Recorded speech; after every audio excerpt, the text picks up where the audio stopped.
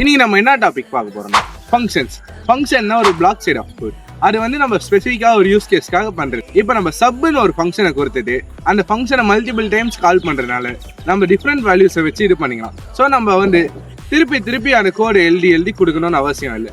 இப்போ ஃபங்க்ஷன்ல 2 டைப்ஸ் இருக்கு, வாய்டு ஃபங்க்ஷன், நான் வாய்டு ஃபங்க்ஷன். இப்போ ஃபார் எக்ஸாம்பிள் நான் ஒரு கோட் கொடுக்குறேன்னு வச்சுக்கோங்க. டெஃப் சப் ஒருத்தர் கீழே 2 நம்பர்ஸ்க்கு இன்புட் வாங்கல, அது கீழே வந்துட்டு நான் ரிட்டர்ன்ஸ் a+bன்னு சொல்லி கொடுத்துட்டு பிரிண்ட் பண்றேன் ஃபங்க்ஷனை. ஓகேவா? அந்த இடத்துல கீழே வந்து லாஸ்ட் லைன்ல நான் ஃபங்க்ஷன் கால் பண்ணும்போது நம்மளுக்கு அந்த கால் பண்ணதுனால நம்ம என்ன கொடுத்தோமோ அந்த ஆப்ரேட்டருக்கான அடிஷனோ இல்லை சப்ராக்ஷனோ நடந்துட்டு நம்மளுக்கு அவுட்புட் கிடைக்கும். இதுவே நான் வைட் ஃபங்க்ஷன் பார்த்தீங்கன்னா நீங்க வந்துட்டு கொடுப்பீங்க, டெஃப் கொடுப்பீங்க, நீங்க வந்து இன்புட் வாங்குவீங்க, ஆனால் நம்மளுக்கு ரிட்டர்ன் பண்ணாது. ரிட்டர்ன் கொடுக்க வேண்டிய அவசியமே இல்லை. நீங்க டேரக்டா பிரிண்ட் கொடுத்துட்டு கீழே ஜஸ்ட் ஃபங்க்ஷன் கால் பண்ணுவீங்க.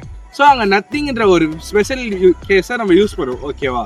அதனால வந்துட்டு நம்ம வந்து நான் வைட் ஃபங்க்ஷன் தான் புரிஞ்சுக்கணும்னா என்னன்னா ரிட்டர்ன் நெட்டிங் சொல்லி நம்ம நான் வைட் ஃபங்க்ஷனை புரிஞ்சுக்கணும். ஆனால் இதுவே வாய்ட் ஃபங்க்ஷன்னா நம்மளுக்கு ரிட்டர்ன் வேல்யூ கண்டிப்பாக கிடைக்கும்.